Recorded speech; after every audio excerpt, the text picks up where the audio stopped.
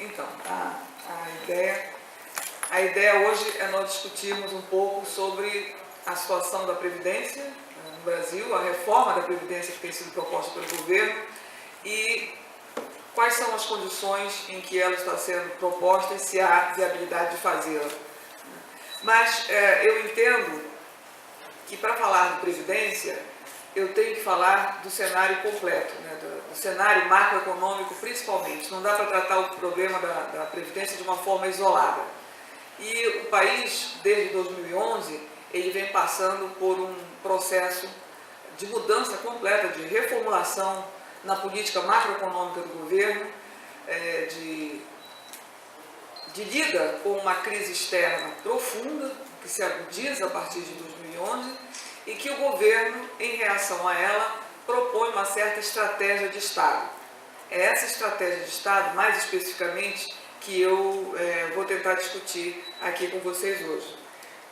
Mas a ideia é que muito se atribui ao resultado macroeconômico de hoje, de queda acentuada do PIB. Nós tivemos um PIB que cresce a uma taxa de 2,1% entre o período de 2011 e 2014, quando antes ele crescia a uma taxa média de 4,2%, quer dizer, 2 vezes mais do que ele cresce agora. E como se isso não fosse suficiente, essa desaceleração muito brusca, no ano de 2015 nós tivemos uma queda de 3,8% do PIB, um PIB negativo, portanto.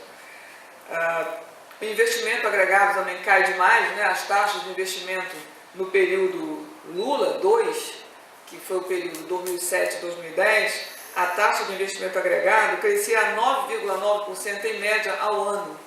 Passou a crescer de 2011 para frente a uma taxa de 1,8%. E em 2015 vem um abismo para o investimento, né? Há uma queda de 14% na taxa de investimento agregada. O consumo das famílias, que já foi considerado por muitos economistas o carro-chefe da economia brasileira, sofreu também uma queda brusca, né? Antes ele crescia a uma taxa de 5,8% ao ano entre 2007 e 2010. De 2011 para frente, o consumo das famílias passa a crescer a uma taxa de 3,1% e no ano de 2015 ele mergulha para uma taxa negativa de 4%. Então há um crescimento negativo do investimento de 14%, um crescimento negativo de consumo das famílias de 4%, uma queda do PIB, como eu já mencionei antes também, de 3,8% e um aumento da inflação para patamares próximos de 11%. Quer dizer, tudo isso criou um cenário econômico muito propício para o questionamento das políticas que o governo vem adotando. E a hipótese que eu vou lançar aqui na fala de hoje é que esse agravamento tem explicações muito mais internas do que externas. Embora, obviamente, a gente saiba que o cenário externo é grave, que houve uma desaceleração do crescimento da Europa, que foi brutal, a queda do preço das commodities em função do menor crescimento chinês, o fato de que a economia americana ainda não consegue decolar, quer dizer, esse cenário geral, e inclusive a queda do crescimento dos nossos parceiros comerciais na América Latina, tudo isso repercute no Brasil de uma forma muito intensa. Porém, a política macroeconômica doméstica vem em reforço a esse processo recessivo que está acontecendo na economia mundial. Quer dizer, nós não tivemos uma política de reação à queda do crescimento do cenário internacional, nós tivemos uma política de aprofundamento da recessão. E é nesse sentido que se insere o ajuste fiscal. O ajuste fiscal passou a ser apontado como, se não a única, mas a principal reação a esse período. E esse ajuste fiscal tem como carro-chefe, como diz o ministro Nelson Barbosa, né, a principal reestruturação a ser feita é a da reforma da Previdência. Porque se entende que os gastos da Previdência, por representarem algo próximo a 8% do PIB, se você somar a aposentadoria do setor público com a aposentadoria dos funcionários, dos empregados do setor privado, esse gasto vai a mais de 8% do PIB. O governo passa a entender que o ajuste fiscal tem que começar por lá. Embora seja altamente questionável esse raciocínio, porque qualquer reforma da Previdência que se faça hoje não repercutirá imediatamente. As reformas que se pretende alcançar vão ter repercussões para daqui 10, 15, 20 anos. Então não tem sentido você pensar que vai fazer um ajuste fiscal fazendo uma reforma da Previdência, né? Além do mais, é altamente questionável se o ajuste fiscal é um remédio para sair da recessão. Esse já é o ponto básico. Então eu vou passar a falar um pouco do que é que o governo vem propondo para nós como saída para essa crise a partir da reforma da Previdência. Dá para notar que no âmbito macroeconômico, o governo de fato começa a fazer um ajuste fiscal desde 2011. Desde 2011, o corte do investimento público é de grandes proporções. Deixa eu passar a primeira coisa. Eu acho que é melhor falar dali. Desculpa a interrupção, eu vou passar lá para o outro lado para enxergar. Lá tem, né? Sim.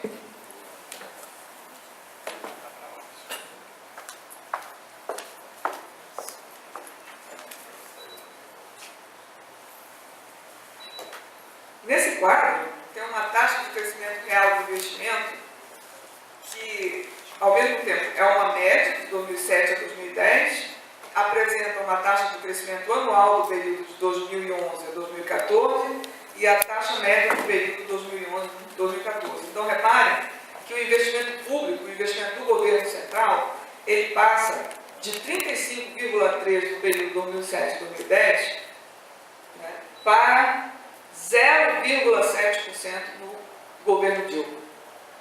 Isso, obviamente, repercute no investimento agregado, porque em economia a gente já estabeleceu uma relação muito direta entre o investimento público e o investimento privado. E a gente conclui com muita facilidade que, na verdade, o investimento agregado depende fundamentalmente do investimento público, e quando o investimento público cai, como cai nessa proporção de 35% ao ano para 0,7% ao ano, o investimento agregado também mergulha de 9,9% ao ano para 1,8% ao ano. Mas o governo Dilma começa, como é fácil de perceber, desde 2011 a cortar gastos. Nesses 5 anos do governo, houve 3 anos de taxa de crescimento negativo do investimento. Em 2011, menos 10%, em 2013, menos 4%, e em 2015, que não está aí, uma queda de 16% no investimento público. Na verdade, a queda do investimento público não implica, como vocês estão vendo, num ajuste de curto prazo, um ajuste conjuntural para vencer um problema de crise econômica transitória. Na verdade, a redução do investimento público caracteriza, ou é parte muito importante, de uma estratégia de Estado de redução da intervenção do Estado. O governo Dilma opta, a partir de 2011, por dar espaço ao capital privado, opta pela redução da intervenção do Estado para abrir amplas frentes de estímulos e incentivos para o avanço do capital privado. E, no meio dessas frentes de estímulo, o governo pratica desonerações tributárias em grande escala. A principal política fiscal do governo, além do corte do gasto através do investimento público, passa a ser a desoneração tributária para estimular o investimento privado em grande escala, mas também uma desvalorização cambial de 2012 para frente, começa um processo de desvalorização cambial para estimular as exportações e principalmente as parcerias público-privadas, que o governo passou a fazer com esse nome elegante, de concessões de serviços públicos para as empresas privadas, que na verdade vai caracterizar um amplo processo de privatização da economia brasileira. E é exatamente por aí que eu quero inserir o debate da Previdência. Quer dizer, por que o governo propõe uma reforma da Previdência? Porque há, no conjunto das estratégias do governo, o processo de privatização e de financiarização de tudo aquilo que é público.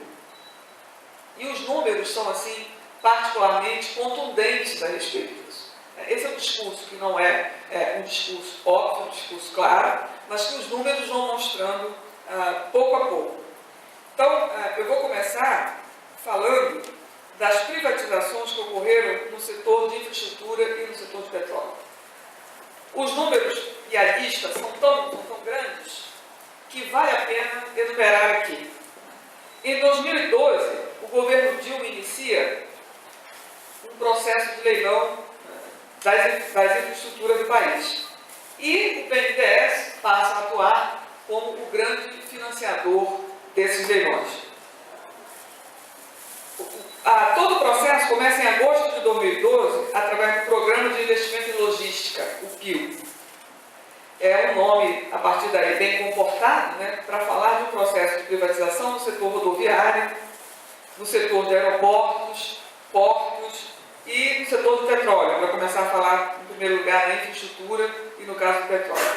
No âmbito das privatizações rodoviárias, o programa realizou a concessão a empresas privadas de quase 5 mil quilômetros de rodovias em 2014, entre maio e setembro. Em junho de 2015, o governo Dilma lança a segunda fase desse programa de investimento em logística. E nessa segunda fase estão previstos a privatização de 7 mil quilômetros de rodovia. Então, novos leilões de privatização vão acontecer para que sejam privatizadas rodovias e estão previstos 16 leilões para trechos de estradas. O outro segmento que foi amplamente privatizado e que teve mais sucesso ainda do que as rodovias foram os aeroportos. Os aeroportos federais começaram a ser privatizados desde 2011 e começou em São Gonçalo do Amarante e Natal, no Rio Grande do Norte. Em fevereiro de 2012 foram privatizados os aeroportos de Brasília, Guarulhos e Campinas. Em seguida houve a privatização do Galeão, no Rio de Janeiro, e de Confins em Minas Gerais. Em 2015, quando foi lançada a segunda parte, a segunda etapa do Plano de Investimento em Logística, estão previstos para serem, 2015 para frente, até o final do governo Dilma, estão previstos para serem privatizados os aeroportos de Fortaleza, no Ceará, o aeroporto Luiz Eduardo Magalhães, em Salvador, na Bahia, o aeroporto Hercílio Luz, em Florianópolis, Salgado Filho, em Porto Alegre, e serão feitos leilões para o segundo semestre de 2016 para privatizar aeroportos como o de Araras, em São Paulo, Bragança Paulista, também em São Paulo, Caldas Novas, em Goiás, Campinas, Amarais, em São Paulo, Itanhaém, Jundiaí, em São Paulo, e Ubatuba, também em São Paulo. Então, a lista de privatização dos aeroportos não é pequena. Passando para a área de portos, a primeira rodada do leilão de arrendamento se deu em 3 áreas: Macuco, Paquetá, Ponta da Praia, todos no Porto de Santos, no litoral paulista. Também serão leiloados mais 29 terminais, distribuídos entre os portos de Santos e do Pará, e estão previstas também as licitações de 21 terminais distribuídos no porto de Suape, Aratu, Rio de Janeiro, São Sebastião, Santos, Paranaguá, São Francisco do Sul, Manaus, Santana, Itaqui, e além disso haverá autorização para a construção de 63 portos privados. Então, no setor de infraestrutura há, de fato, uma estratégia ampla de privatização. No setor de petróleo, como a gente sabe, esse setor ele era regulado por uma legislação de 1997 e que a exploração e a produção do petróleo eram feitas por regime de concessão. Em 2007, com a descoberta do pré-sal, ali existia a possibilidade, a expectativa de existirem mais de 100 bilhões de barris de petróleo. O marco regulatório muda e a gente passa então a ter contratos de partilha. Então, o primeiro leilão de privatização que acontece é o leilão do pré-sal no campo de Libra, realizado em 2013, em que as empresas tinham que pagar contribuições a um fundo social, essa era a regra, uma parcela do petróleo fica com a União e a Petrobras passa a ser a operadora única do pré-sal. Houve muito protesto com relação a isso, porque as pessoas entendiam que o fato de empresas privadas entrarem na exploração do petróleo, isso ia ferir o interesse nacional, a soberania seria prejudicada, porque o petróleo seria, a partir dali, explorado conforme a demanda externa nós perderíamos o controle da quantidade produzida, nosso petróleo ia atender também a empresas estrangeiras, e de fato quem ganhou o leilão foi a Petrobras, e mais duas empresas chinesas, a CNPC e a CNOOC, uma anglo-holandesa, no caso a Shell, uma francesa, a Total, e essas empresas vão ter o direito de explorar uma reserva aproveitável de 12 bilhões de barris de petróleo. Mas essa situação, que já era uma situação de privatização parcial, vai se tornar muito mais grave se o projeto do senador José Serra for aprovado integralmente. Esse projeto do senador José Serra, que foi recentemente, agora, de 2015, muito pouco tempo, ele propõe que se altere essa lei de partilha no que diz respeito à obrigatoriedade da Petrobras de ser a responsável pela condução e execução dessas atividades. Então, mantém a preferência da Petrobras como operadora, mas, se não houver interesse em 30 dias, a decisão passa a ser transferida para o Conselho Nacional de Política Energética. Evidentemente que isso faz com que haja a queda da exigência da Petrobras como operadora única, e as suas operações passam, portanto, a depender de uma decisão muito mais externa. E isso é muito perigoso, porque se sabe que os interesses estrangeiros são muito influentes na ANP e em outros órgãos do setor do petróleo. Mas onde eu quero chegar com tudo isso? Eu quero chegar que esse projeto do senador José Serra, ele acabou tendo alguma cooperação do governo Dilma, a partir do momento em que ele foi para a votação e a presidenta Dilma percebeu que, se ela não participasse desse processo, ela não teria a contrapartida política que era a promessa de apoio do governo, apoio ao governo, para que não houvesse obstrução ao projeto de reforma da Previdência. Essa era a promessa, quer dizer, você apoia esse projeto e a gente não obstrui a reforma da Previdência, o trâmite político e nem de recriação, principalmente da CPMF. Então, eu fiz essa lista aqui um pouco longa para dizer o seguinte: na área de infraestrutura, essa é a estratégia do Estado. É uma estratégia de abrir espaço, com estímulos, com incentivos, inclusive com participação no financiamento do BNDES, para as empresas privadas. Mas a coisa não para aí. No setor de saúde, o processo de privatização, como também muita gente já tem consciência, é muito amplo, né? E esse processo de privatização significa não apenas a compra de planos privados de saúde para funcionários públicos, mas também a transferência de gastos, a transferência de recursos de forma direta do governo federal, estadual e municipal para empresas sem fins lucrativos. Além disso, há um processo de desoneração tributária muito grande, em que as pessoas podem descontar do imposto de renda aquilo que elas gastam com os planos privados de previdência, para ter um abatimento no imposto a pagar. Então, esse debate de privatização do setor saúde está muito vinculado, no meu entender, ao volume de isenções que são concedidas para esse setor, para as empresas desse setor. Depois eu vou mostrar um quadro, mas para vocês terem uma ideia, em 2014, o governo renunciou a uma receita no setor de saúde de quase 24 bilhões de reais. 23,7 bilhões de reais. Em 2015, o governo federal renunciou a 25 bilhões de reais em receitas que poderiam ter sido arrecadadas de empresas no setor de saúde. Isso parece um estímulo ao crescimento da economia, se não fosse o fato de que o SUS precisa muito desses recursos.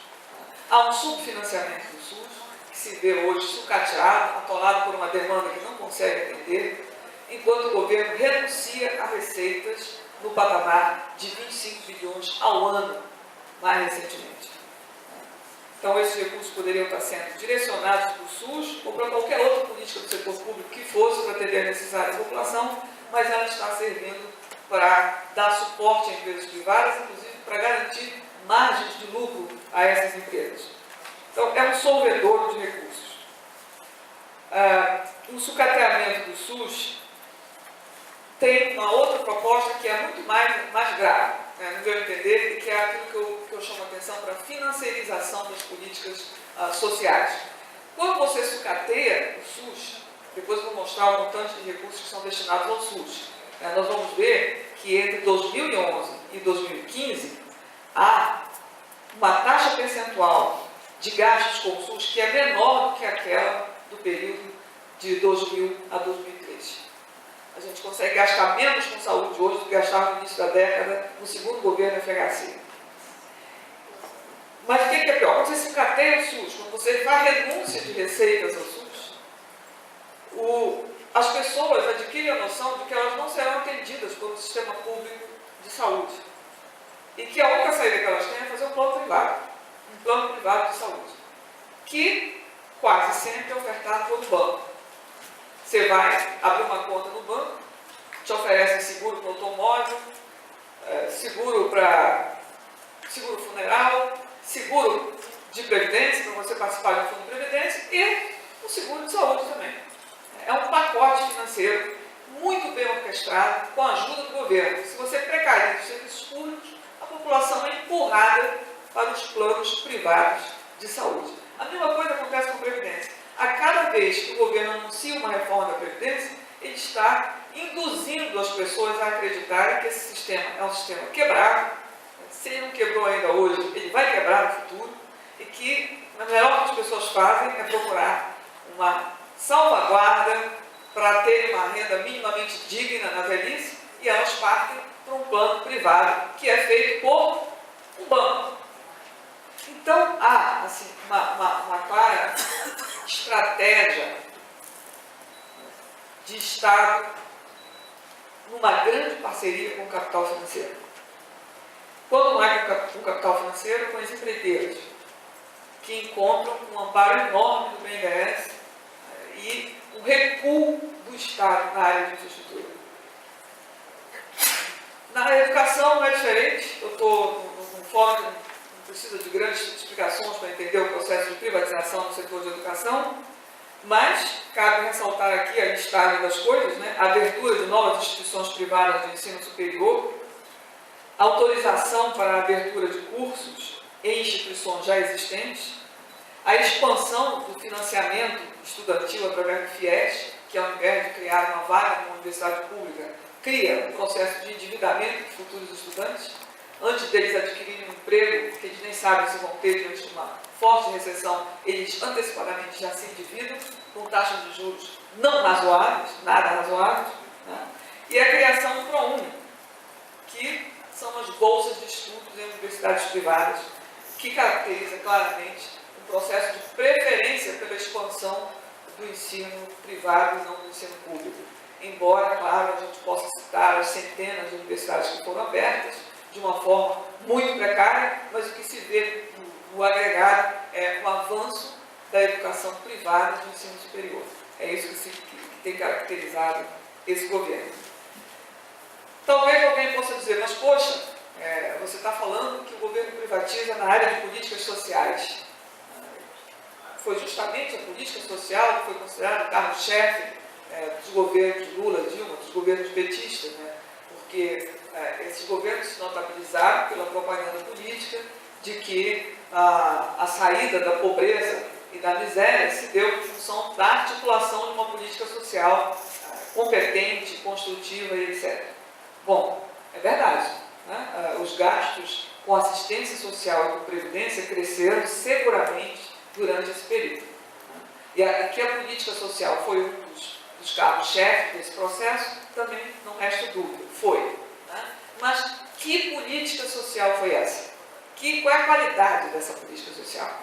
Bom, de saúde e de educação, não vou esboçar mais nenhum comentário. É necessário discutir hoje, porque nós estamos dentro de uma universidade, eu não sei como é que vocês se sentem aqui, mas a maior universidade pública do país, que é o FRJ, se vocês derem passeio na Praia Vermelha, a gente dá aula dentro do container, os nossos equipamentos são completamente sucateados, não há espaço para os professores, não há sequer sala de trabalho. A gente convive com salas de aula com infiltrações, com carência de equipamentos, desabando, né? Buracos no chão, teto furado, enfim, eu não preciso contar detalhes para a gente saber em que pé está a infraestrutura de ensino superior. Então, também não preciso citar detalhes para nós falarmos sobre o SUS. Então, vamos falar sobre a política social que está integrada no sistema de seguridade social. O que acontece ali? O que acontece ali é que o governo deu ampla preferência pelas transferências monetárias de renda como mecanismo de combate à pobreza. Qualquer pessoa seria desumana se não concordasse que esse tipo de política reduz transitoriamente necessidades agudas da população quando entrega na mão das pessoas uma renda monetária para que elas se alimentem. Essa renda monetária é extremamente baixa, certo? É uma renda condicionada, as pessoas têm que provar a pobreza por uma série de condições. Elas só podem ter acesso a essa renda se elas percorrerem um determinado cumprimento de contrapartidas para receber essa renda, e grande parte das pessoas que são enquadradas nesses programas não conseguem ter acesso a essa renda simplesmente porque há um limite orçamentário para ela. O governo hoje gasta 1,2% com os programas de assistência social, como o Bolsa Família, o BBC, que são os carros-chefes da política de assistência social do Brasil. No total somando esses dois programas, mas todos os outros que atendem a crianças, jovens, etc., o governo gasta 1,2% do PIB. Ora, 1,2% do PIB é exatamente o que o governo gasta com educação de ensino superior. Certo? Então, imaginem um governo que tem como carro-chefe política de transferência de renda e que gasta com a política de transferência de renda um valor tão baixo que é equivalente ao que ele gasta com a educação de nível superior. Tem alguma coisa muito errada nessa história. Né? Por que o governo faz isso? Porque gastar com educação de nível superior é muito caro.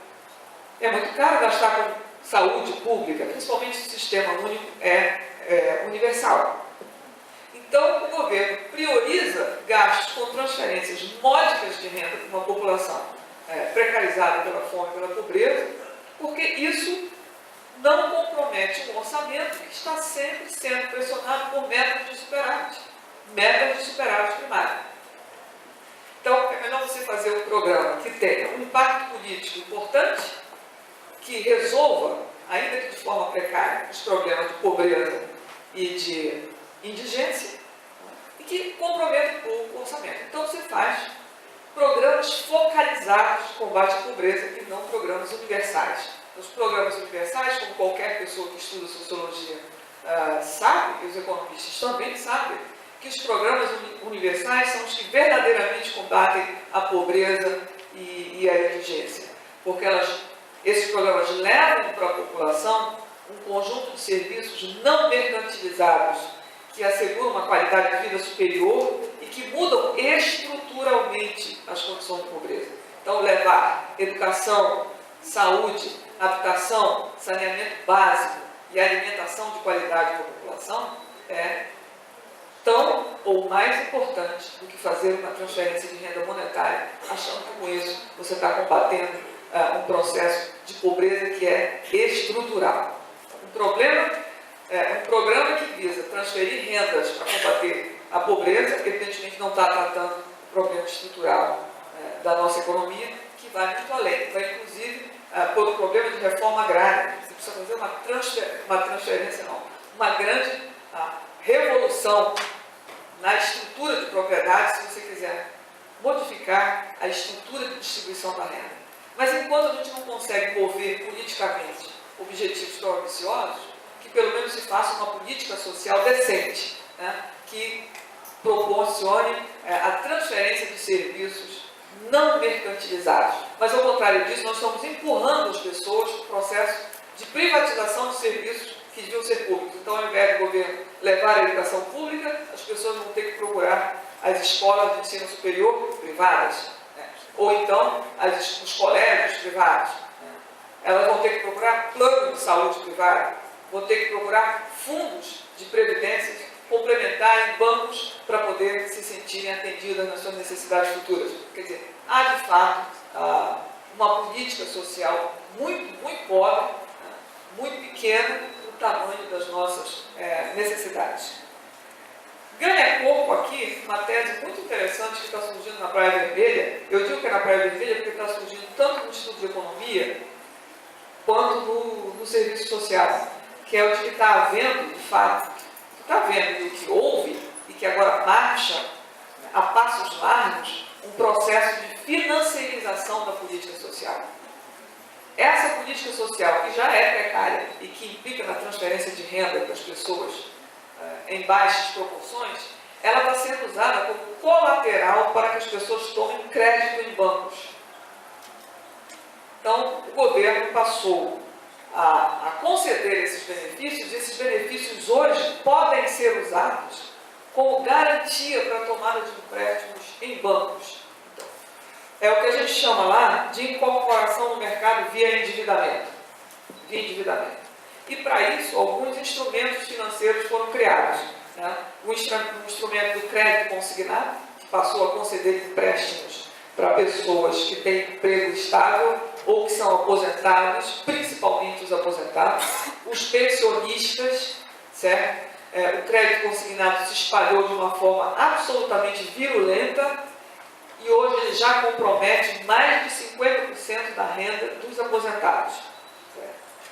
Como se isso não bastasse, o governo também criou o que se chamou de Projeto de Inclusão Bancária, em que os beneficiários do Bolsa Família, reparem bem, um programa que visa combater a pobreza e a miséria, podem também tomar empréstimos. Além disso, o governo criou o crédito consignado, o microcrédito, que vai atender às micro e pequenas empresas. Antes era para o processo produtivo, depois o Banco Central confirma que ele está sendo desviado para o consumo. Então, repare, uma política que deveria ser de construção de uma renda de salários para a classe trabalhadora, uma política que deveria ser de construção de um patamar de bem-estar social a partir de uma saúde pública decente, de uma educação de nível básico, de nível superior, de melhor qualidade e em maior quantidade também. Uma política que deveria ter esse perfil não mercantilizado, passou a ser uma política de transferência de renda para que as pessoas possam levar lucros aos bancos, num processo cruel, num processo perverso de endividamento das famílias. O dado do Banco Central é alarmante. Segundo o Banco Central, o comprometimento da renda familiar com dívida no setor financeiro sobe de 18% no início de 2005 para quase 50% no final de 2014. A tendência de alta se mantém em razão do aumento constante da taxa básica de juros, novamente a taxa mais onerosa do mundo. A taxa do empréstimo consignado pode ser um pouquinho menor do que a taxa corrente dos bancos, mas ainda assim excepcionalmente elevada. Então, é um processo amplo de financiarização do orçamento público em geral. Isso aqui sem contar, falas contadas, mas com custo enumerado, que nós conseguimos comprometer em 2015 501 bilhões de reais para o pagamento de juros da dívida pública. Isso significa 8,5% do PIB brasileiro. Então, reparem bem, o governo gasta 380 bilhões pagando aposentadorias e pensões, auxílio-doença, auxílio-acidente e todos os demais benefícios previdenciários, que vão favorecer 29 milhões de pessoas, mas quer fazer uma reforma da Previdência. Mas não discute os 501 bilhões de reais que ele gasta com juros, que vão atender a menos de 100 mil pessoas. Esse é o disparate da distribuição de recursos orçamentários que nós temos no país. 501 bilhões para juros, 380 para a Previdência. Um atendendo 100 mil pessoas, o outro atendendo 29 milhões de beneficiários, que, segundo cálculos do próprio Ministério da Previdência, chega a atingir, se você somar o número de pessoas numa família, 90 milhões de pessoas. E não se discute a taxa de juros. Ela passou a ser um fenômeno da natureza. Fenômeno da natureza, é discutível a taxa de juros. Até o final do ano, ela pode subir um pouco mais. Porque, de fato, a inflação está apresentando uma resiliência muito grande em função do câmbio. Então, o governo provavelmente continuará a insistir nessa taxa de 14,25%, enquanto o resto do mundo pratica taxas equivalentes a zero ou negativas de juros. Então, é um processo amplo de financiarização que vai desde a dívida pública, né, mas que passa também por toda a política social e um processo de privatização total na infraestrutura. Então, não é por outro motivo que a nossa economia só cresce, quer dizer, não cresce, enfrenta um processo recessivo desde 2011. A gente vê uma queda de PIB a cada ano. Deixa eu passar algumas contas aqui. Eu quero chamar a atenção para o processo de desoneração que foi praticado pelo governo Dilma, porque esse processo que visa, o que visa as desonerações? Que são renúncias de receita. Visa ampliar a margem de lucro das empresas privadas para que elas supostamente, com mais disponibilidade de recursos, possam investir. As desonerações também visam criar melhor competitividade do produto nacional com relação à concorrência dos importados. Lógico que o governo, quando desonera a folha, também pensa que isso vai aumentar o nível de emprego. Pois bem, a partir de 2011, esse processo começa em 2009, mas ele se acentua consideravelmente em 2011, como vocês podem ver aí nesse quadro, talvez os números fiquem muito pequenos, mas reparem, as desonerações, elas começam a ficar significativas em 2011, 152 bilhões de reais, o equivalente a 4% do PIB. Aí elas vão crescendo, 225 bilhões, 253 bilhões, 282 bilhões em 2015 em renúncias de receita. Isso é equivalente a 5% do PIB, a renúncia de receita praticada pelo governo. Mas reparem, qual é a renúncia principal de receita que o governo faz? Na área de Seguridade Social. Tem esse meio que chama desoneração das contribuições sociais. A desoneração da contribuição à Previdência Social, quer dizer, o governo abre mão de recolhimentos ao INSS, no valor, por exemplo, em 2015, de 62 bilhões de reais. Notem que o governo diz, e coloca na imprensa, e alardeia isso nos meios de comunicação, principalmente na televisão, que o déficit da Previdência é de 85 bilhões de reais em 2015, e que vai ser maior agora em 2016. 85 bilhões de reais, pois bem, mas ele abre mão de receitas da Previdência, dos recolhimentos ao INSS, no patamar de 62 bilhões de reais. Em 2016 está prevista uma renúncia de recolhimentos ao INSS de 54 bilhões de reais. Isso só de recolhimento sobre a folha ao INSS, recolhimento de autônomos, recolhimento de pessoas de aposentadorias especiais, etc. De COFINS, que é a contribuição para o financiamento da Seguridade Social, uma contribuição que incide sobre o faturamento, o governo abre mão de um patamar muito maior de receita. Né? Esse patamar, em 2015, atingiu 70,5 bilhões de reais e está previsto para atingir, em 2016, 64 bilhões de reais. Só sobre o faturamento. Sobre o lucro líquido, o governo abre mão de receitas no valor de 11 bilhões de reais, previsto para 2016, e em 2015, 10 bilhões de reais. PIS/PASEP, que é a receita que financia o seguro-desemprego, o governo abriu mão de 14 bilhões de reais em 2015 e estão previstos quase 13 bilhões de reais em 2016. Resumo da ópera: o governo desonerou as empresas de receitas, de impostos que elas deviam pagar para o governo federal em 157 bilhões de reais. Quanto é que é mesmo o déficit da Previdência? 85 bilhões. O governo abriu mão de quanto em receita? 157 bilhões de reais. Entenderam? Então não é minimamente razoável que o governo pratique anualmente um patamar acelerado de renúncia de receitas e quando a receita da Seguridade Social desaba, ele propõe um corte de gastos através de uma reforma da Previdência. Não é sequer minimamente razoável que isso seja proposto para a sociedade e seja aceito. A renúncia de receitas na área da Seguridade Social atinge quase 3% do PIB. Isso daria para criar outro SUS. Daria para cobrir o déficit e ainda criar um outro SUS. Ou, sei lá, investir. Essas desonerações, elas foram equivalentes à desoneração praticada em 2015 foi equivalente a tudo que o governo gastou em educação, saúde, transporte, assistência social e ciência e tecnologia. Se você juntar o gasto desses 5 ministérios, nessas 5 frentes, a desoneração supera isso. Isso é para vocês terem uma noção de magnitude.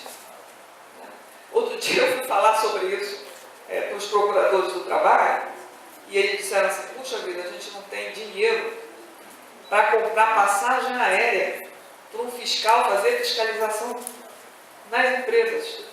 E o governo abre mão de 157 bilhões de reais só de receita da Seguridade Social. A gente não consegue nem fiscalizar as empresas. E mais uma coisa adicional, todas essas desonerações foram dadas sem nenhuma exigência de contrapartida. O governo não exigiu de volta investimento por parte dessas empresas, não exigiu que elas cumprissem as leis trabalhistas, não exigiu que elas não provocassem o desemprego, demissões, etc. Não exigiu nenhum conteúdo nacional, não exigiu o cumprimento da legislação ambiental, não exigiu nada das empresas. Isso foi simplesmente concedido como margem de lucro. E o que é pior, os investimentos não vieram. Nós tivemos queda de taxa de investimento em sequência. A indústria, a queda da taxa de investimento é mais visível na indústria, né?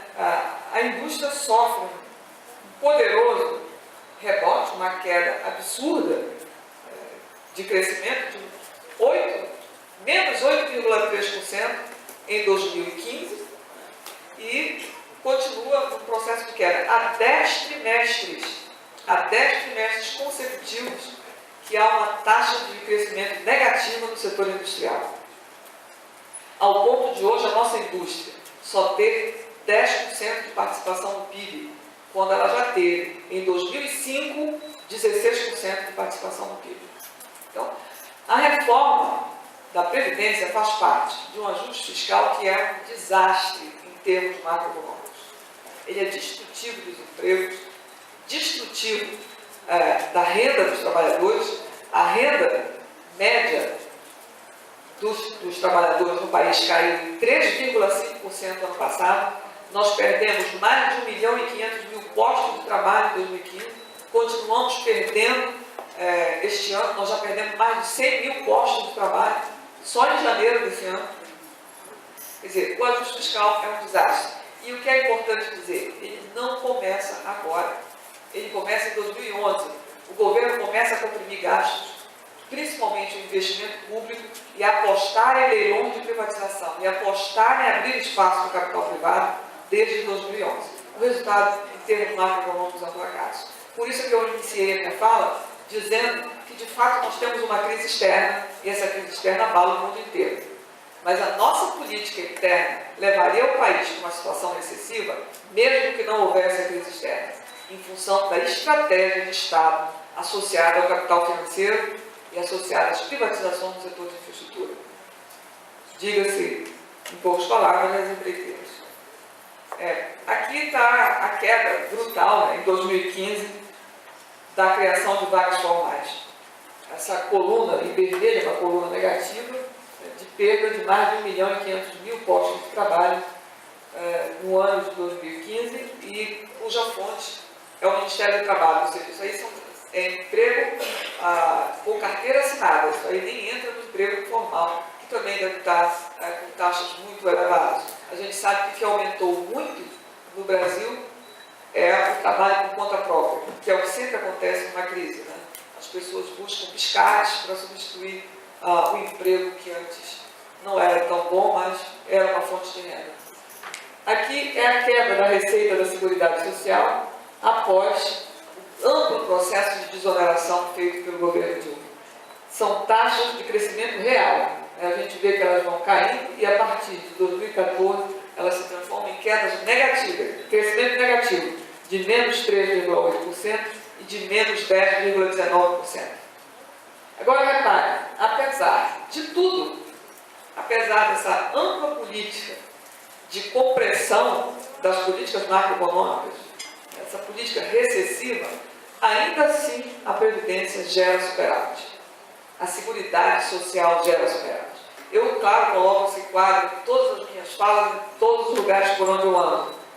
Quando você adota a Constituição Federal como referência de análise, e você soma todas as receitas previstas no artigo 194 e o que determina o artigo 195, você percebe que o nosso sistema de proteção social, ele é pequeno, mas ele tem um amplo suporte financeiro para realizar as suas políticas sociais. Nós temos aí, pelo menos 5 fontes de receita. São as receitas previdenciárias, que são as contribuições ao INSS, a contribuição social sobre o lucro líquido, a COFINS, que é a contribuição para o financiamento da Seguridade Social, o PIS/PASEP, que é o financiamento do seguro-desemprego, e tínhamos a CPMF, que agora foi extinta. Né? Aqueles números que restam ali são resíduos que continuam aparecendo. A receita dos órgãos da Seguridade Social, que normalmente são taxas que são recolhidas ao Ministério da Saúde ou ao Ministério da Previdência, e a contribuição é a contrapartida da EPU. Se somar tudo isso, a receita da Seguridade Social consegue ser maior que tudo que é gasto, não tem nada fora, tá? Do que é gasto com pensões, aposentadorias e todos os auxílios previdenciários. Tudo que é gasto com SUS, todos os programas de assistência social, Bolsa Família, BPC, e inclusive a máquina burocrática desses ministérios. Não tem nada fora dessa despesa. Todas as despesas aí dentro. Pois bem, se você incorpora tudo isso, o superávit da Seguridade Social atingiu um pico em 2012 de 78 bilhões de reais. Como o processo de desoneração avançou muito, esse superávit foi progressivamente caindo. Em 2013 ele passa para 67 bilhões de reais, em 2014 ele cai para 35 bilhões de reais e o último cálculo que eu fiz para 2015, o superávit da Seguridade Social cai acentuadamente para 16 bilhões de reais. Notem que eu não estou computando aí, nesse superávit, a receita da Previdência, que a Previdência tinha direito pelas desonerações que são feitas na folha de pagamentos e que a União se comprometeu por decreto em ressarcir a Previdência, mas não ressarce integralmente, ressarce apenas parcialmente. Então, se eu computasse essa receita que o governo não ressarce a Seguridade Social, embora seja ilegal, é ilegal. O TCU devia também estar recusando as contas do governo por não repassar de volta para a população, que repassar para a Seguridade Social, repassar para a população, 12 bilhões de reais em desonerações com a folha que o Tesouro se comprometeu de ressarcir a Seguridade Social. Se a gente acrescentasse naqueles 16 bilhões de superávit, os 12 bilhões, evidentemente esse superávit subiria para mais de 28 bilhões de reais em 2015. Então, reparem, o problema não é da Previdência ou da Seguridade Social. Não tem nada de errado com esse sistema. Esse sistema consegue amparar todos os que hoje estão aposentados, todos os que recorrem ao SUS, todos os que são beneficiários do programa de Bolsa Família, de combate à pobreza, e ainda assim sobra superávit. Não é que me agrade dizer isso, não. É que também ouvir que há um déficit é um absurdo. Se essa reforma tiver que ser feita, que seja feita por outras justificativas, mas não por carência de recursos. Não porque essa Previdência não consegue atender a população, ela foi muito bem construída, ela tem bases sólidas de financiamento. Receitas de grandes proporções, e essas receitas elas são vinculadas a essas despesas. Infelizmente, o governo adota a DRU, que é a desvinculação de receitas da União, e 20% de tudo que é arrecadado com essas contribuições não são destinadas à Seguridade Social. O governo pode gastar onde ela quiser. Pois bem, como proposta de reforma da Previdência, o governo ainda pretende aumentar a DRU de 20% para 30%. Certo? Essa é uma das propostas do ministro Nelson Barbosa. Aumentar a DRU de 30% para 40%, de 20% para 30%. Eu pergunto para vocês, você desvincula receitas de um sistema que é deficitário? Não é contraditório? Não é um discurso contraditório? O governo diz que não há recursos para pagar as pensões e as aposentadorias porque há um solvedouro de déficit na Previdência, mas quer desvincular as receitas da Seguridade Social para gastar onde ele quiser. Tem que combinar com os russos, né? Não dá para fazer um discurso contraditório e achar que os bobos vão aceitar uma coisa dessas. A outra proposta de reforma da Previdência é instituir a CPMF. Bom, então por que o governo não prefere retirar uma parte dessas desonerações ao invés de criar um novo imposto? Ele não vai ganhar muito mais resistência no Congresso Nacional tentando recriar a CPMF? Ele podia simplesmente readministrar essas desonerações, que já chegam em 5% do PIB. Então, a criação da CPMF é uma disputa política difícil de compreender. Mas o governo pretende recriar a CPMF como uma das medidas. A outra medida que o governo pretende fazer é instituir uma idade mínima de aposentadoria por tempo de contribuição. Quando o governo divulga isso na imprensa, fica parecendo que o nosso sistema de previdência não tem uma idade mínima. Nosso sistema tem uma idade mínima de 60 anos para mulheres e 65 anos para os homens. O que não tem idade mínima é a aposentadoria por tempo de contribuição, que é, no rol das aposentadorias, uma parcela muito menor do total das aposentadorias. Mas as pessoas que trabalham, as mulheres, 30 anos e contribuem por 30 anos, os homens que trabalham por 35 anos e contribuem por 35 anos, eles têm direito de se aposentar com qualquer idade no Brasil. O governo quer acabar com isso, quer instituir uma idade mínima. Bom, mas nós já temos, como todo mundo sabe, um sistema que ceifa essas aposentadorias quando você tem menos de 60 anos de idade, que é o fator previdenciário. O fator previdenciário consegue diminuir as aposentadorias por tempo de contribuição, principalmente a das mulheres, em mais de 40%.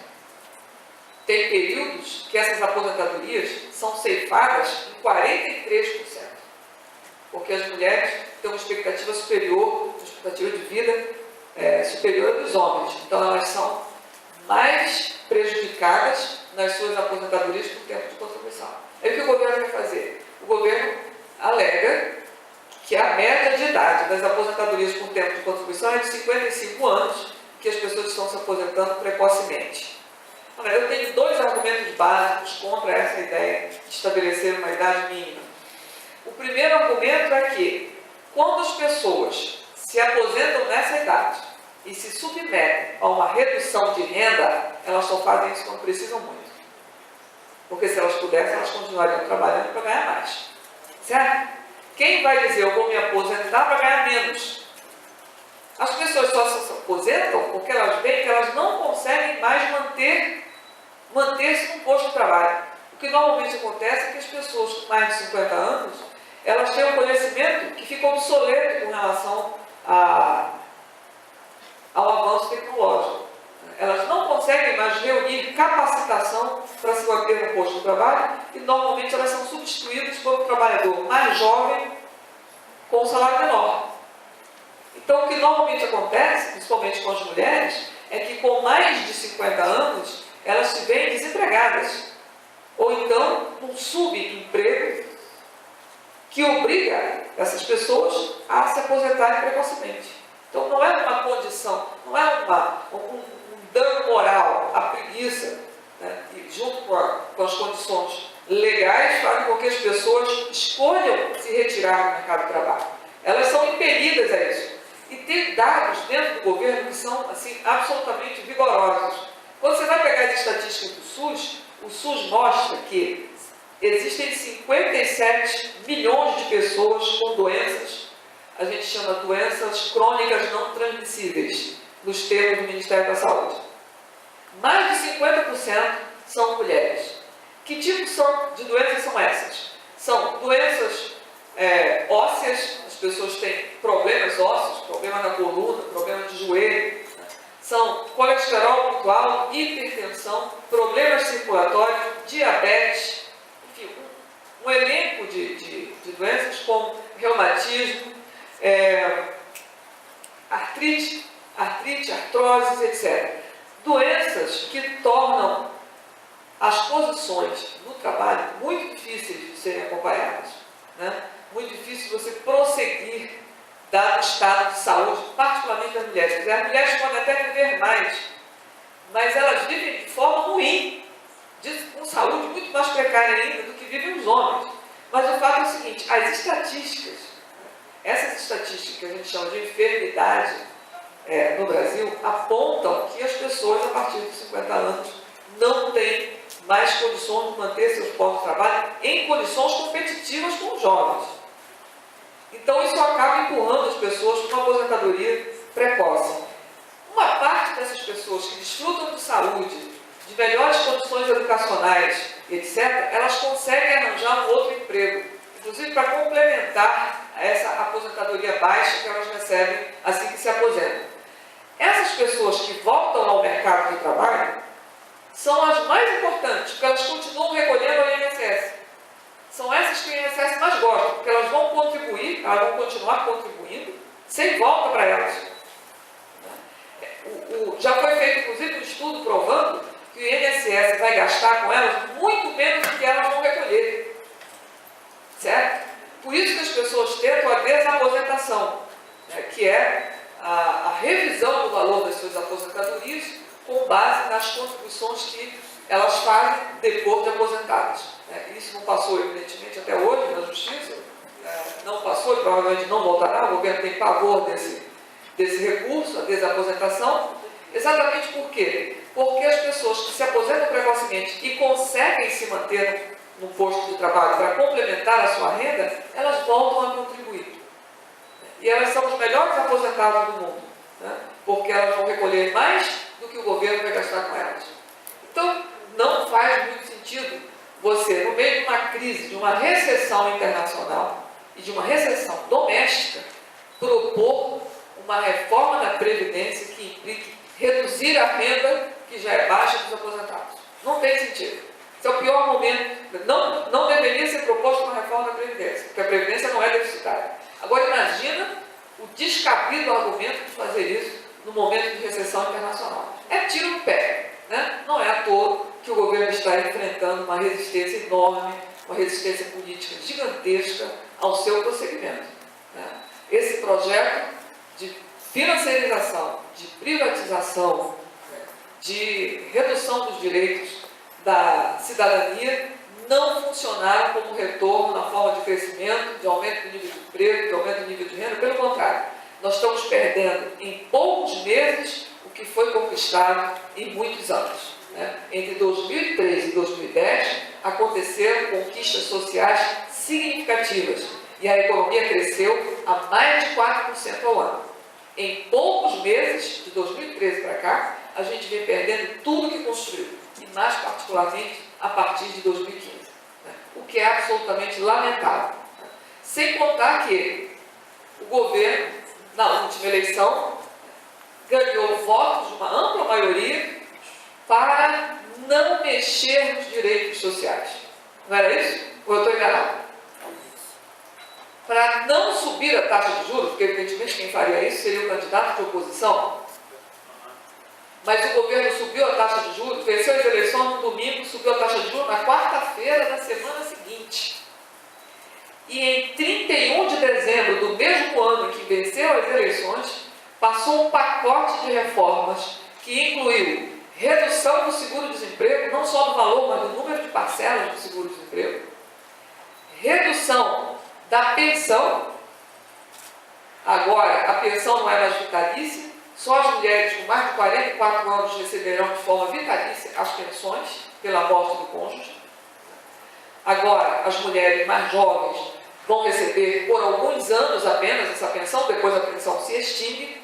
O governo também reformulou o auxílio acidente, o auxílio doença. Agora, para um trabalhador ser diagnosticado como alguém que precisa receber o auxílio doença, ele pode ter a sua perícia feita por empresas privadas. Reparem bem, vai precisar perder um braço para poder receber esse auxílio por uma empresa privada. O governo reformulou também o abono salarial, que essa foi uma tragédia. O abono salarial ele pode ser recebido pelos trabalhadores que ganham até 2 salários mínimos e que antes eles ganhavam um salário mínimo todo ano. É como se eles recebessem um 14º salário. Era uma bonificação. Agora, eles não vão mais receber um salário mínimo. Eles vão receber 1/12 vezes o número de meses que eles trabalharam no ano anterior.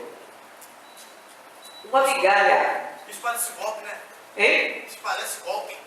É o golpe do governo. Golpe do governo. Isso é o golpe do governo aí, da escola aí, democracia. Não Você vai tá ter parabéns, golpe. Espera aí um momentinho. Eu Momentinho, por favor. Nós vamos abrir para o debate. Então, nós tivemos restrições no abono salarial, na aposentadoria por tempo de contribuição, no auxílio-doença e, página, uma coisa que vai atingir o setor público, os funcionários públicos, na aposentadoria especial. Né? Em 2012, o INSS tem um projeto lá no STF, fazendo a seguinte proposta. Os trabalhadores que recebem aposentadoria especial, quem é que recebe a aposentadoria especial? São aqueles trabalhadores que são expostos a agentes que são nocivos à saúde, químicos, físicos ou biológicos. Como, por exemplo, aqueles que estão em contato com carvão mineral, com chumbo, cromo, cloro, ruído acima de 85 decibéis, amianto, temperaturas anormais, micro-organismos, parasitas infecciosos. Pois bem, o INSS entrou como recurso no STF, eu falei em 2012, em 2011. O que é esse processo? O projeto é o seguinte: os trabalhadores que utilizarem equipamentos de proteção, que chama EPI, equipamento de proteção individual, eles não vão mais ter direito às aposentadorias especiais. E quem precisa comprovar que eles recebem equipamentos de proteção individual são as empresas. Basta que elas atestem que o trabalhador recebeu esses equipamentos para que ele não tenha mais direito às aposentadorias especiais. Isso ainda não virou uma regra, mas as aposentadorias especiais estão suspensas até decisão. Muitos trabalhadores estão entrando na justiça e alguns conseguem ganhar.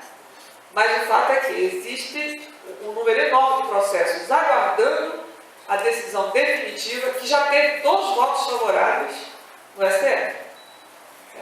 Então, isso é estendido também para os servidores públicos, aqueles que trabalham na área de saúde, que têm contato com micro-organismos. Enfim, agora, só para concluir, vocês todos sabem, o FUNPRESP. O FUNPRESP, em 2012, foi o maior presente que o governo poderia dar ao sistema financeiro. O FUNPRESP coroou a tese de que há, de fato, uma financiarização nas políticas sociais, não apenas na política da saúde, que empurra as pessoas com os planos de saúde nos bancos, não apenas na previdência do setor privado, que empurra as pessoas com os planos de previdência complementar, mas também entre os servidores públicos o governo resolveu privatizar parcialmente essas aposentadorias. Como vocês sabem, os que não sabem são muito jovens, a União hoje ela só garante o pagamento dos proventos até o limite do teto superior do INSS, que hoje está em R$ 5.189,82 centavos. O servidor só vai receber até R$ 5.200 aproximadamente. Se ele teve um salário maior do que isso e pretende se aposentar com uma renda pelo menos próxima do salário que ele recebeu quando estava ativo, ele vai ter que recorrer ao Fundo de Previdência Complementar do Setor Público ou a um outro fundo de previdência qualquer. Entendeu? Então, a União acha que a gente vai compreender que, com isso, ela vai reduzir os gastos ou déficit do sistema de aposentadoria dos servidores públicos. Vou falar uma coisa para vocês: eu sou especialista em finanças públicas. O que significa eu prejudicar o meu fígado e o meu estômago cotidianamente, né, com as estatísticas. Mas essa realmente é muito difícil de aceitar. O regime de previdência próprio dos servidores públicos, ele tinha de fato um déficit, porque os servidores públicos só começaram a contribuir na década de 90. E houve muito processo de aposentadoria nos anos 90 e no início dos anos 2000, né? Porque realmente era escancaradamente um processo de Estado mínimo criado pelo governo Fernando Henrique Cardoso. Não é muito diferente, como vocês vão perceber, desse último governo petista. O que aconteceu? Os gastos com a previdência dos servidores públicos subiram muito, porque houve uma avalanche de pessoas pessoas que procuraram se aposentar em função das inúmeras reformas que foram feitas de lá até aqui. Aumentou muito o gasto de previdência.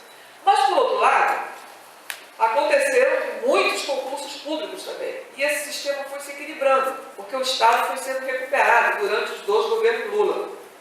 Muitos concursos públicos foram abertos, inclusive para professores. E o sistema foi se equilibrando até que o déficit se estabilizou em 1,3% do PIB. Eu faço essa conta todo ano. O déficit está há 4 anos estável em 1,3% do PIB. Se o governo continuar substituindo os aposentados por trabalhadores novos e ativos, esse déficit vai se extinguir. Por quê? Porque a contribuição dos funcionários públicos é feita sobre o salário integral. Enquanto a contribuição dos trabalhadores do setor privado é até o teto do INSS de R$5.000. O servidor público, se ele ganhar R$9.000, ele vai contribuir sobre R$9.000. 11% sobre R$9.000.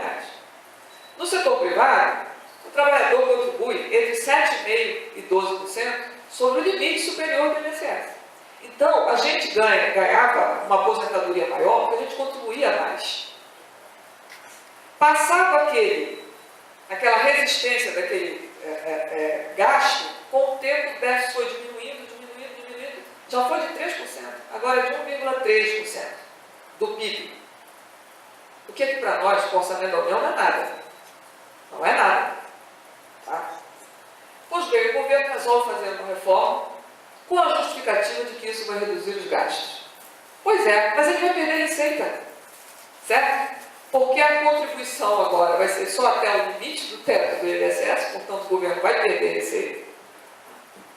E vai continuar com os mesmos gastos que tinha antes, porque ele tem um estoque de aposentados que ele já paga, um estoque de aposentados que vão se aposentar pela legislação anterior, porque essa só é válida a partir de 2013, e ele vai renunciar receitas. Logo, o déficit vai aumentar. Entenderam? Então, não é razoável, eu digo novamente, não é razoável que o governo abra mão de tanta receita até atingir 5% do PIB e se recuse a cobrir um déficit de 1,3% na aposentadoria dos servidores públicos. Não é razoável que o governo diga que tem um déficit de 85 bilhões na Previdência e abra mão de mais de 250 bilhões de arrecadação na área da Previdência. Entenderam? É por isso que eu concluo dizendo que o que está a proposta de reforma da Previdência é uma proposta dos bancos. O discurso dos demógrafos de que nós vamos ter uma população velha no futuro é muito apropriada pelos bancos que constroem um futuro trágico, um futuro negro para os aposentados e para o sistema de previdência. Eu tenho ainda 5 minutos. 5. Meu último argumento. Esse eu gosto muito de fazer, mas eu faço muito entre os economistas, porque é uma economia de violência. Mas eu vou tentar retirar. O discurso de que nós estamos transitando para uma sociedade de idosos e que isso torna o sistema de seguridade social insustentável é um discurso que escolheu o trágico. Eu posso fazer outra escolha. Eu posso fazer uma escolha não trágica e reforçar minha posição com base na ciência. Certo? Ao invés de eu projetar um futuro negro, eu projeto um futuro almoçareiro. Querem ver? Os economistas heterodoxos, eu me considero uma delas, dizem que o grande problema do capitalismo é a superprodução de mercadorias. Certo? Superprodução de mercadorias ou, como querem os keynesianos, insuficiência de demanda agregada. Esse sempre foi o nosso problema. Nosso problema é a recessão. Como a gente vai fazer para dar empregos para trabalhadores que ficam desempregados? Como nós vamos fazer para que não acumule estoques enormes na indústria, sem que haja consumidores para eles? Quer dizer, superprodução diante da baixa renda. Nós temos um problema de insuficiência de demanda agregada. Pois bem, no futuro nós vamos ter um número enorme de idosos que não produzirão, mas consumirão. Está resolvido o nosso problema. Ao invés de nós termos dor de cabeça com insuficiência de demanda agregada, a demanda está contratada para o futuro. A demanda dos idosos. sem criar a pressão da superprodução, porque eles não estarão no posto de trabalho. Eu não posso revidar o orçamento assim? Reverter com esse argumento? A demanda do futuro está contratada, eu não preciso nem me preocupar em fazer políticas escabrosas, mirabolantes, para fazer a demanda crescer, porque os idosos já estarão lá, vegetativamente, aumentando a demanda agregada. Entendeu? Agora, é claro que não é assim simples, porque a demanda dos idosos é específica. Não é uma demanda por qualquer coisa. É uma demanda por medicamentos, é uma demanda por leitos hospitalares, é uma demanda por fisioterapia, é uma demanda de alimentos e de serviços. Uma demanda de serviços, certo? Então, cabe a nós não dizer que nós vamos reduzir a renda desses idosos com reforma de previdência draconianas de forma a abreviar a vida desses mesmos idosos, porque trata-se de uma abreviação da vida. Quando você propõe uma reforma da previdência, está propondo reduzir a renda. E uma redução de renda de uma pessoa idosa é condená-la a uma morte precoce, certo? O sujeito que quer viver até os 72 anos não vai viver, porque ele não vai ter o remédio para comprar, ele não vai ter como fazer o exame, ele não vai ter como ter uma fisioterapia adequada, ele não vai ter serviços para atendê-lo em todos os problemas que vão aparecer na sua fase inativa. Se você reduz a renda, você está jogando o cara o quê? Uma esperança de vida menor. Então, repare, a gente aposta na ciência, constrói uma tecnologia na área de medicina avançadíssima, na área de saneamento, a gente tenta dar mais educação, mais informação, tudo isso aumenta a expectativa de vida das pessoas, inclusive dos brasileiros, que agora têm mais de 72 anos de idade. Depois de tudo isso, você diz, não, nós vamos abreviar a vida. Sabe por quê? Porque o sistema previdenciário vai quebrar. Ou então, cada um que se vire por si, cada um que procure o seu plano de previdência privada no banco e contribua com o que puder e tenha o que puder ter no final da vida. Como se viver fosse fácil, como ter um posto de trabalho, como se ter um posto de trabalho, uma taxa de desemprego que está chegando a quase 10%, fosse fácil. As pessoas perdem a condição de filiados ao sistema de previdência brasileiro 2 anos sem pagar a contribuição. Elas perdem a condição de filiados. Se passar 2 anos desempregado sem pagar a sua contribuição previdenciária, você é desfiliado do sistema. Certo? Então, não é bem assim, né? A gente pode construir um futuro, sobretudo, olha só, se nós apostarmos na produtividade dos trabalhadores ativos do futuro.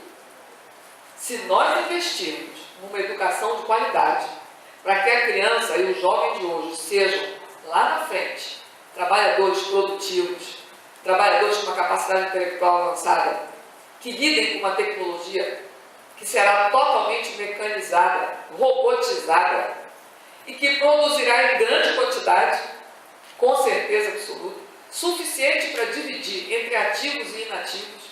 Qual é o nosso problema? O nosso problema só pode ser colocado sobre nós pelo sistema financeiro, que exige uma taxa de juros alta e impede qualquer política pública viável. Não há política de ciência e tecnologia para isso. Não há uma política educacional voltada para isso. Ao invés de nós nos preocuparmos com os idosos do futuro, nós temos que nos preocupar com os jovens do futuro. Nós temos que inverter essa equação. Até 2028, nós teremos o ápice da força de trabalho no Brasil. Nós vamos ter o maior número de jovens no mercado de trabalho. Eu pergunto para vocês, esse governo não teria que se perguntar, que está se perguntando, o que nós vamos fazer com essa quantidade de jovens que vai chegar ao mercado de trabalho? Até 2025, 2028? Ao invés disso, nós estamos sendo assediados por uma reforma da Previdência que pode quebrar o sistema em 2040.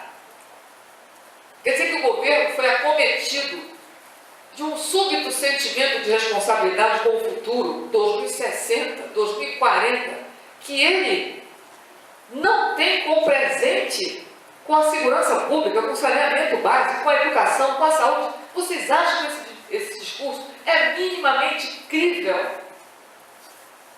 De quem é esse discurso? A quem pertence esse discurso?